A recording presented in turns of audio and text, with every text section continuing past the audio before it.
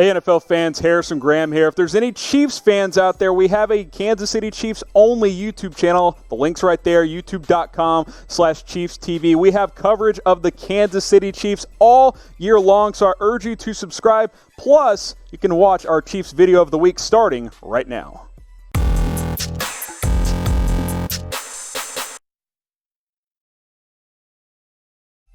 If getting this news of Bashaud Breeland re-signing isn't enough reason to subscribe, I don't know what is, because this literally happened 15 minutes ago.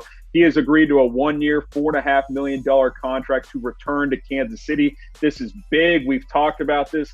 Kendall Fuller heading to Washington made bringing back Bashaud Breeland a major focus, in my opinion, and the Chiefs obviously agreed. They get him on the one-year, $4.5 million deal. I like the contract. I thought he might get a little bit more in free agency. Now, quarterback is still a need. You got to replace Fuller. It's still one of my top, if not my top needs heading to the draft, but I'm excited to get Breeland back.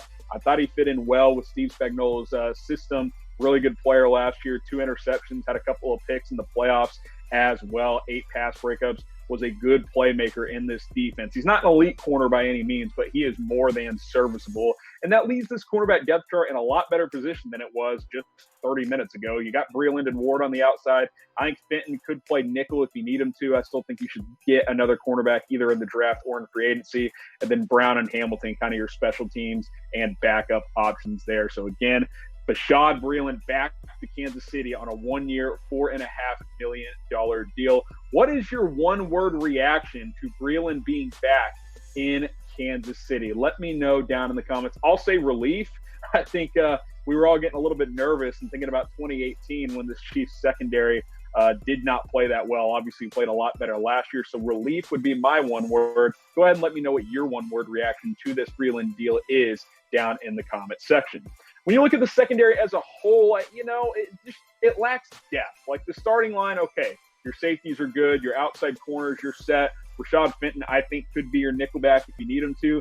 You don't have depth at corner, though. That's why I still think it's a need. You could upgrade at nickel, not put that much weight on Rashad Fenton. He's still a young second-year player who was a 6th-round pick last year. But this helps. This absolutely helps. Breeland is an upgrade from Alex Brown or Antonio Hamilton. We all know that. So I'm excited. I hope you guys are excited, too. Again, this is why you should subscribe to the Chiefs Report, because we're getting this news out faster than anybody on YouTube. So I greatly appreciate that. Before we get into our mailbag questions, I want you guys to grade the deal, A, B, C, D, or F.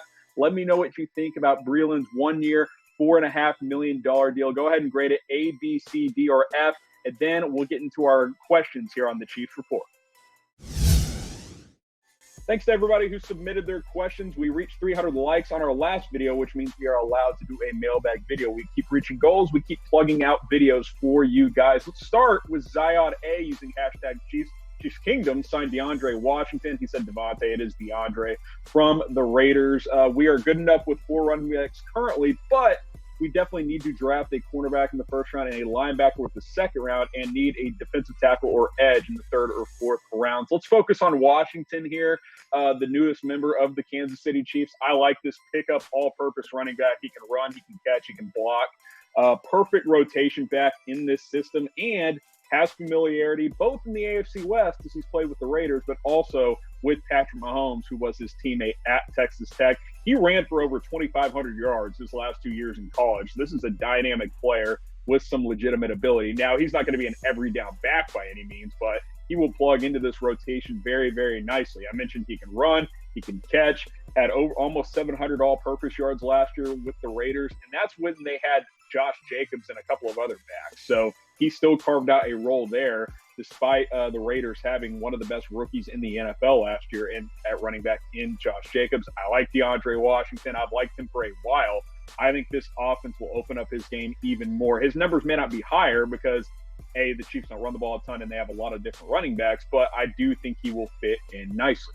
You look at this Chiefs backfield, I still think Damian Williams is running back 1, but then you got DeAndre Washington, Darrell Williams, Darwin Thompson. We're going to have to come up with a name, first of all, for this Chiefs running back unit, because they all have the first names that start with D. So I am open to suggestions. Feel free to comment down in the comment section. But My question for you guys is, who is running back 2? I think Damian Williams is the starter. Who is the second guy? I mean, it's going to be by committee. We all know that. But who is the second guy coming in? Is it DeAndre Washington? If so, type 1. Is it Darrell Williams? Type 2.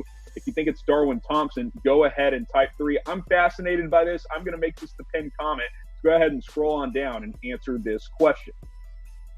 All right, next up here is Devin Nutter. Early in the offseason, people were mocking Thaddeus Moss to the Chiefs in the 3rd round. Recently, I have not heard rumors about him. Is he still in this draft class? If so, he is a viable option after the addition of Seals Jones during free agency. And would we use a 3rd-round pick on him after only having 5 picks total? So, yeah, the Chiefs only have 5 picks in this year's draft, 1 in each of the first 5 rounds. As far as Thaddeus Moss goes, yes, he's still in the draft. You can't pull your name out this late in the process. He's one of the better tight end prospects in a weaker tight end class, to be frank with you. I have a middle round grade on him. 3rd round might be a bit rich. I like him in round 4. Yes, he is the son of Randy Moss, the Hall of Famer. But yes, Ricky Seals-Jones did just sign, so tight end isn't a major need right now. I like Thaddeus Moss. He was productive last year in that potent LSU offense when he had almost 50 catches, 570 yards, and 4 touchdowns.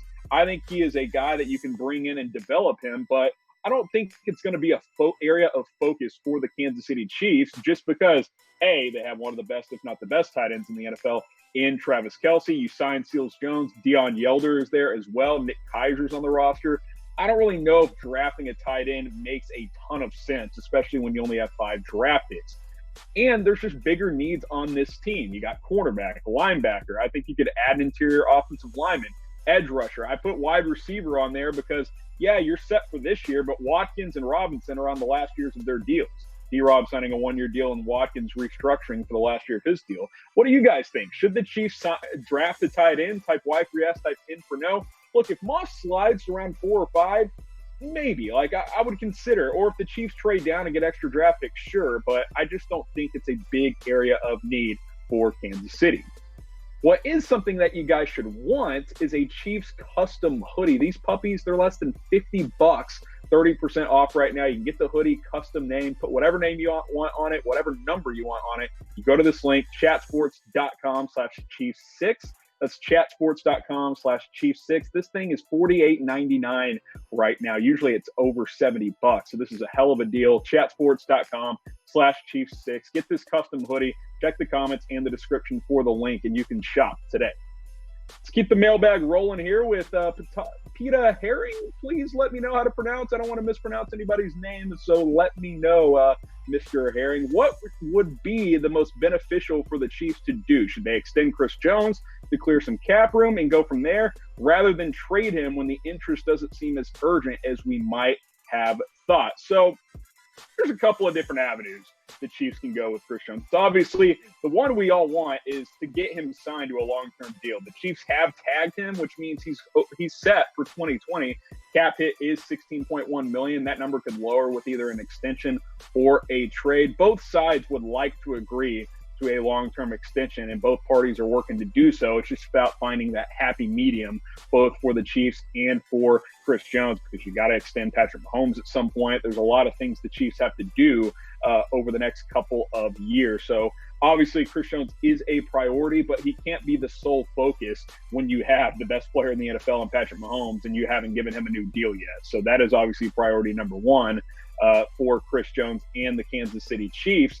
So that's a good question. There's another question related to Chris Jones that kind of continues the story. This one coming from Aiden Whitting. Should the Chiefs trade him during the draft?